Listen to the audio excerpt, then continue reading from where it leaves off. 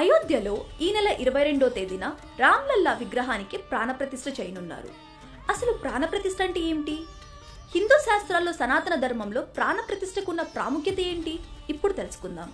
కొత్తగా ఆలయం నిర్మించినా లేదా ఆలయంలో కొత్త విగ్రహాన్ని పెడుతున్నా వేద మంత్రోచ్చారణ మధ్య ప్రాణప్రతిష్ఠ కార్యక్రమాన్ని నిర్వహిస్తారు. విగ్రహాన్ని చెక్కేటప్పుడు శిల్పులు దేవుడి రూపాన్ని మాత్రమే చెక్కుతారు, కానీ దానికి ప్రాణం పోయరు.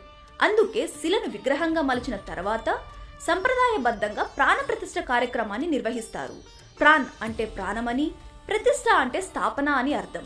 సింపుల్ గా చెప్పాలంటే ప్రాణప్రతిష్ఠ అంటే విగ్రహానికి ప్రాణం పోయటం, లేదంటే దైవాన్ని విగ్రహంలోకి ఆహ్వానించడంగా అర్థం చేసుకోవాలి. ప్రాణప్రతిష్ఠకు ముందు ఆ విగ్రహం పూజకు అనర్హం. కాబట్టి ప్రాణప్రతిష్ఠ ద్వారా విగ్రహంలోకి ప్రాణశక్తిని ప్రవేశపెట్టి దానిని ఆరాధనీయ దేవతా స్వరూపంగా మారుస్తారు. ప్రాణప్రతిష్ఠ తర్వాత భగవంతుడే ఆ విగ్రహంలో కొలువయ్యాడని నమ్ముతారు. అందుకే ఈ కార్యక్రమానికి అంత ప్రాధాన్యత ఇస్తారు.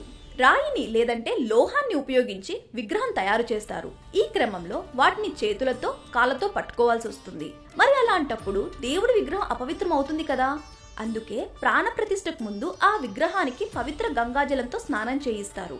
ఆ తర్వాత విగ్రహాన్ని శుభ్రమైన వస్త్రంతో తుడిచి నూతన వస్త్రాల్ని ధరింపజేసి శుభప్రదేశంలో ఉంచి గంధం పూస్తారు.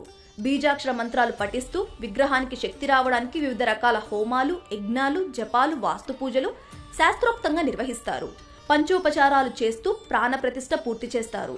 అప్పటి నుంచి ప్రతిరోజు ఆ దేవతామూర్తికి దీప ధూప నైవేద్యాలు సమర్పిస్తూ పూజిస్తారు.